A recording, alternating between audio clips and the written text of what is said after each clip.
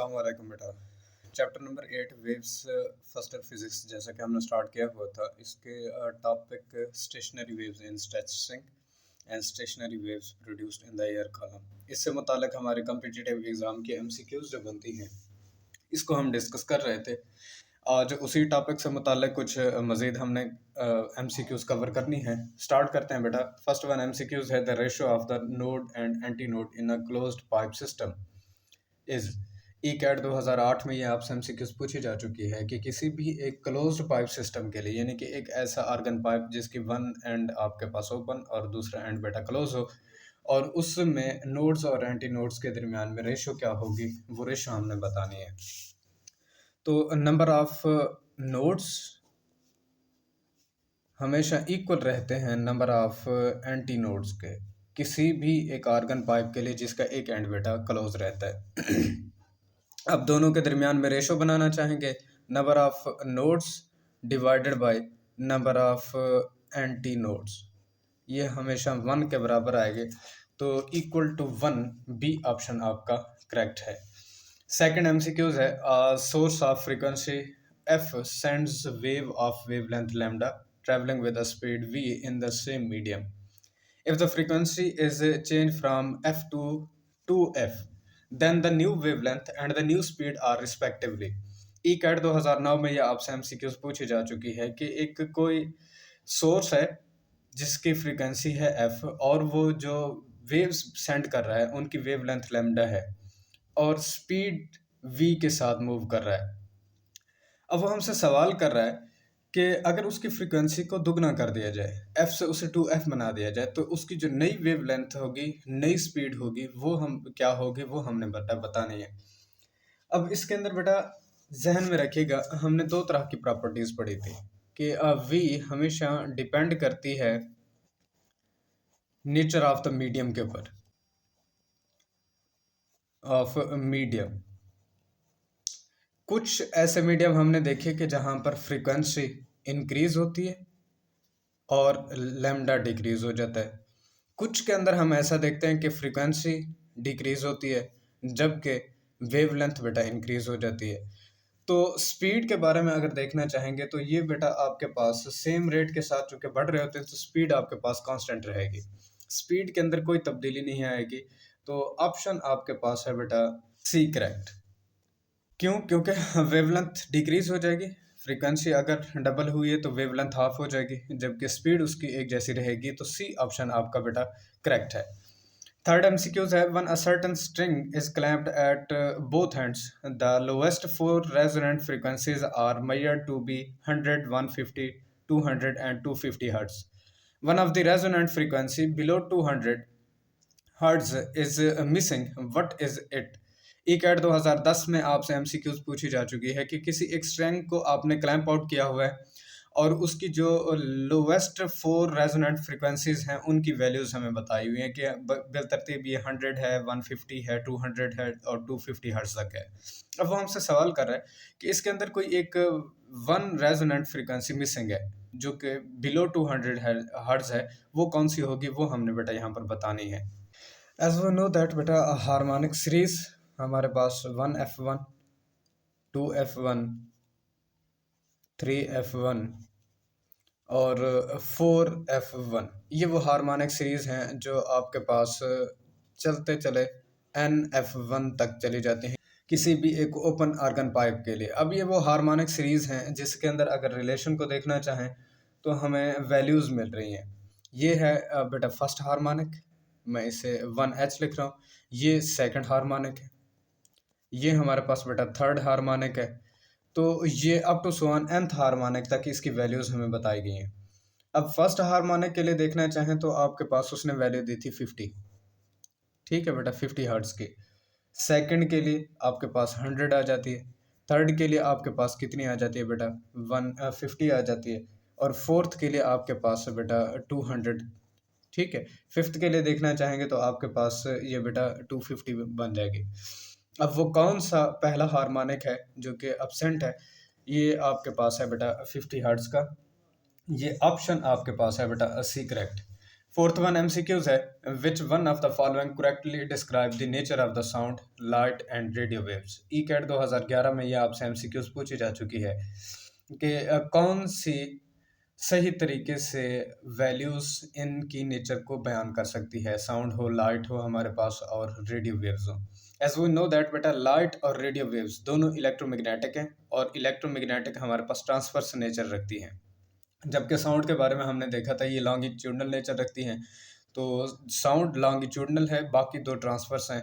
Option आपके पास बेटा बी करेक्ट रहेगा, क्योंकि फर्स्ट वन लॉन्गिट्यूडनल और बाकी दो ट्रांसवर्स, बी ऑप्शन आपका करेक्ट है।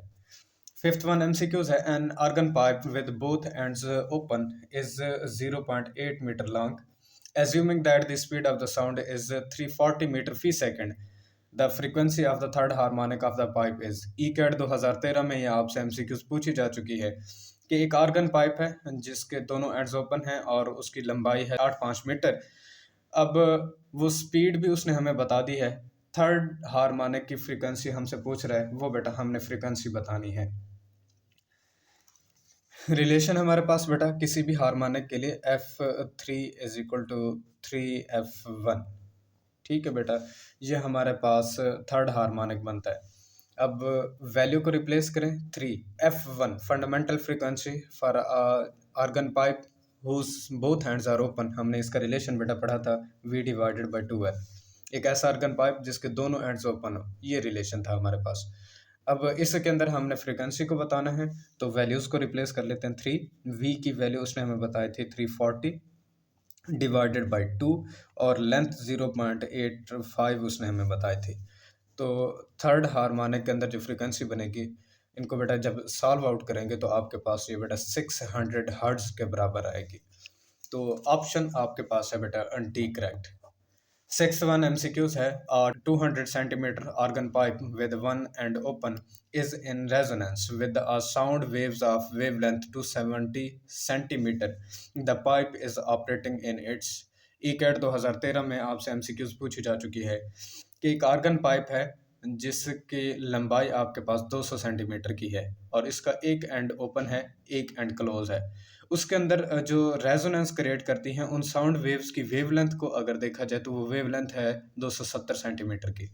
सवाल वो हमसे कर रहा है कि ये आर्गन पाइप कहाँ पर रेजोनेट कर रहा होगा, फंडामेंटल फ्रीक्वेंसी के साथ रेजोनेट कर रहा होगा, फर्स्ट हार्मोनिक के साथ रेजोनेट कर रहा होगा, या किस तरह की वैल्यूज़ के साथ ये रेजोनेट कर रहा होगा, कितने कुछ इसके अंदर लूप्स बन रही होंगी, वो हमने बेटा बतानी है। बेटा वेवलेंथ का रिलेशन हमने देखा था कि किसी भी हार्मोनिक के लिए अगर nth हार्मोनिक है लैम्डा n आपके पास 4L डिवाइडेड बाई n, क्योंकि हमारे पास जो पाइप है वो एक एंड से ओपन है और एक से क्लोज है। अब n की वैल्यू अगर हमने कैलकुलेट करनी है कि कितनी लूप्स बनेंगी, तो आपके पास 4L divided by lambda n इसको लिखना है। अब वैल्यूज़ उसने हमें प्रोवाइड की थी 4, वैसे लेंथ उसने हमें बता दी थी कि 200 सेंटीमीटर की है और जो वेव लेंथ उसने बताई है 270 की।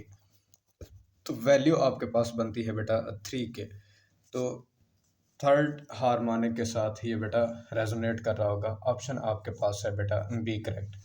सेवंथ एमसीक्यूज है, the phase angle of 90 degree is equal to the path difference of. ECAT 2015 में ये आपसे एमसीक्यूज पूछी जा चुकी है कि अगर किसी भी एक वेव के लिए देखें कि उसका फेज एंगल 90 के बराबर चेंज हुआ है, तो उसका पाथ डिफरेंस कितना कुछ तब्दील होगा, वो हमने बताना है बेटा। हमने सबका अपनी एमसीक्यूज के अंदर भी इसको बेटा डिस्कस किया था। किसी भी वेव के लिए हमारे पास जो फेज चेंज था, अगर 180 डिग्री का हो, पहले उसको डिस्कस कर लेते हैं बेटा। अगर 180 डिग्री का हमारे पास फेज चेंज है, यानी कि एक क्रस्ट ट्रफ में तब्दील हो, क्रस्ट एक ट्रफ में तब्दील हो, उस वक्त फेज चेंज कितना था बेटा? फेज चेंज आया था 180 डिग्री का। अब उस 180 डिग्री को हमने पाथ डिफरेंस की सूरत में कैसे लिखा था? पाथ डिफरेंस हमारे पास बना था लैम्डा बाई 2। अब फेज चेंज हो रहा है 90 के बराबर, 90 डिग्री, तो पाथ डिफरेंस कितना कुछ हो जाएगा, यानी कि लैम्डा बाई 2 को मजीद 2 पर तकसीम करना है आपने, तो पाथ डिफरेंस आपके पास बेटा लैम्डा बाई 4 का बन जाएगा। तो ऑप्शन आपके पास है बेटा ए करेक्ट। एट्थ एमसीक्यूज है, during the time interval of exactly one period of a vibration of a tuning fork the emitted sound waves travel a distance of. PMC 2016 में ये आपसे एमसीक्यूज पूछी जा चुकी है कि एक टाइम पीरियड के बराबर का जब टाइम ले कोई एक ट्यूनिंग फोर्क, तो उस वन टाइम पीरियड के दौरान कितनी कुछ साउंड वेव्स जो ट्यूनिंग फोर्क से प्रोड्यूस हुई हैं वो डिस्टेंस कितना ट्रैवल कर लेंगी, वो हमने बेटा डिस्टेंस बताना है। हमेशा याद रखिएगा बेटा, टाइम पीरियड हमेशा वो टाइम इंटरवल होता है जिसके दौरान एक वेव के बराबर का डिस्टेंस वेव्स ट्रैवल कर लेती हैं, यानी कि एक वेवलेंथ के बराबर का। तो ऑप्शन आपके पास है equal to the one wavelength in air. ये ऑप्शन आपके पास बेटा करेक्ट रहेगा, equal to one wavelength of air. तो डी ऑप्शन आपका करेक्ट है। नाइन्थ एमसीक्यूज है, for the same mass and the length if the tension of the vibrating string is increased by 4 times then the speed of the wave increased by. NUST 2014 में यह आपसे MCQs पूछी जा चुकी है कि मैस और लेंथ को सेम रखा जाए, tension in the vibrating string वो 4 गुना बढ़ा दी जाती है, तो स्पीड ऑफ द वेव्स के ऊपर क्या इफेक्ट पड़ेगा वो बेटा हमने रिलेशन बताना है। तो हमारे पास बेटा स्पीड का रिलेशन होता है कि 1/2L एफ, या टेंशन लिखे, आपकी बुक के अंदर कहीं पर एफ है और कहीं इसको टी लिखा हुआ है, डिवाइडेड बाय आपके पास बेटा यहाँ पर रिलेशन है एम का। M mass per unit length है।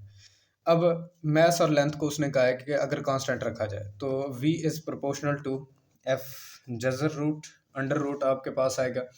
अब f को अगर 4 गुना कर दें, नई टेंशन पहली टेंशन के है 4 गुना, तो v is proportional to 4f और उसका जजर रूट 4 को आप 2 का स्क्वायर लिख सकते हैं, वो जजर से बाहर आ जाएगा।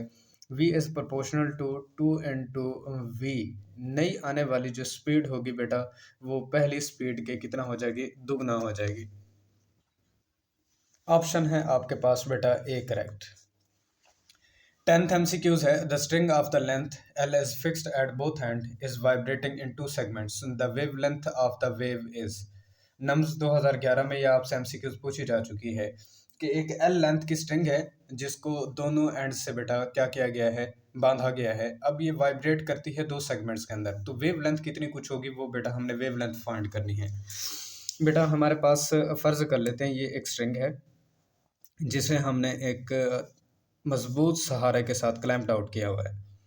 अब वो हमसे सवाल ये कर रहा है कि उसको इस तरह से टच किया गया कि ये 2 लूप्स के अंदर वाइब्रेट करती है, इस तरह से ये 2 लूप्स बनाती है। डायग्राम बेटा इसको इग्नोर कीजिएगा क्योंकि डायग्राम यहाँ पर ठीक नहीं बन रहे। आई थिंक सो अब कुछ हद तक ठीक बन गई है। ठीक है बेटा, ये 2 लूप्स के अंदर बनाती है। अब ये भी नोड बन रहा है, यहाँ भी नोड बन रहा है और यहाँ भी नोड बन रहा है। अब distance between consecutive nodes, between 2 consecutive nodes, इसका आपने रिलेशन पढ़ा था कि ये आपके पास बराबर होता है λ/2 का। इन दोनों के दरमियान में भी λ/2, यहाँ इन दोनों नोड्स के दरमियान का डिस्टेंस भी देंगे, वो भी बेटा आपके पास λ/2। जब इसको सॉल्व आउट करेंगे तो डिस्टेंस आपके पास बेटा half plus half just lambda के बराबर आ जाएगा। तो ऑप्शन आपके पास है बेटा एल के, distance travelled by the wave, wavelength of the wave की सूरत के अंदर इसको कैलकुलेट करना चाहेंगे तो एल के बराबर आया है। सी ऑप्शन आपके पास बेटा करेक्ट है। 11th MCQs है, organ pipe Y opens at both ends is a half as long as the organ pipe X open at one end. The ratios of their fundamental frequencies Fx divided by Fy is। Nums 2014 में आपसे MCQs पूछी जा चुकी है कि कोई 2 organ pipe हैं, एक दोनों साइड से ओपन है जिसको Y इसने नाम दिया है और एक जो वन एंड से ओपन है जिसे X का इन्होंने नाम दिया है। अब Y की लेंथ X की लेंथ के मुकाबले में भी हाफ है। अब वो हमसे सवाल कर रहा है कि इनकी फंडामेंटल फ्रीक्वेंसीज के दरमियान में रेशोज क्या होंगी, वो हमने बेटा रेशोज बतानी है। As we know that fundamental frequencies का रिलेशन अगर x के लिए लिखना चाहें और x वन एंड के ऊपर क्लोज है वो हमारे पास बनेगा v/4l। इसी तरह से फंडामेंटल फ्रीक्वेंसी ऑफ y जो कि बोथ एंड्स के ऊपर ओपन है, अगर इसको लिखना चाहेंगे तो v/2l। लेकिन length of the Y organ pipe is half of the length of the organ pipe X. तो लेंथ की जगह पर v divided by two into length को बेटा लिखना है l/2। तो 2 से 2 को कैंसिल आउट कर लेंगे। F of Y fundamental frequency of the Y organ pipe वो हमारे पास v डिवाइडेड बाई l के बराबर आ जाएगा। अब दोनों के दरमियान में ratios F of X divided by F of Y ये हमारे पास बराबर होगा v divided by 4l divided by v divided by l। डवीएन की डवीएन ऊपर जाकर मल्टीप्लाई कर लें, 4l वैसे रहने दें, नीचे वाली कीमत को l divided by V, l से l को कैंसिल आउट कर लें, v को v से कैंसिल आउट कर लें, 1 डिवाइडेड बाई 4 आपके पास। अब मज़ीद इसको सॉल्व करेंगे तो आपके पास बेटा ऑप्शन यहाँ पर ये रहेगा 1:4 का। ठीक है बेटा, तो ऑप्शन आपके पास है बेटा डी करेक्ट 1:4 का। 12th MCQs है for the same mass and the length the graph between speed of the wave and tension in the string is। UHS 2018 में ये आपसे MCQs पूछी जा चुकी है। अब देखें ये वो MCQs हैं जो ऑलरेडी मैं आपको सिखा चुका हूँ। बेसिक स्ट्रक्चर वाला जो हमने लेक्चर किए थे 3-4 उनके अंदर मैं आपको बता चुका हूँ कि अगर आपके पास फार्मलिज्म हो तो फार्मलिज्म की बुनियादों पर आपके ग्राफ किस तरह के बनते हैं। तो यहाँ फार्मूला मैं ऑलरेडी लिख चुका हूँ। स्पीड हमेशा टेंशन के अंडर रूट के डायरेक्टली प्रोपोर्शनल बनती है। अब दो फिजिकल क्वांटिटीज़ के दरमियान में डायरेक्ट रिलेशन भी हो और एक के ऊपर अंडर रूट भी हो तो आप उनके दरमियान में ग्राफ किस तरह का बनाते हैं तो ये मैं ऑलरेडी सिखा चुका हूँ। और इनका ग्राफ है आपके पास बेटा पैराबोला। ऑप्शन है आपके पास बी करेक्ट। अगर आपने वो मेरे लेक्चर नहीं सुने आप फ़ौरन उस लेक्चर को ओपन करें, उसे सुने, उसके अंदर वो सारी डिटेल मौजूद है कि ग्राफ की शक्ल किस तरह से बनेगी और कैसे हम उसको ड्रा करते हैं, नाम उनको कैसे देते हैं, वो सारी चीज़ें आपके पास लेक्चर में प्रोवाइडेड हैं। तो ये थी कुछ कम्पिटिटिव एग्जाम की MCQs stationary wave in the string और stationary waves in the air columns जो हमने डिस्कस करनी थी। इंशाल्लाह अपने नेक्स्ट लेक्चर के साथ हाजिर होंगे, तब तक के लिए इजाज़त दीजिए। अल्लाह हाफ़िज़।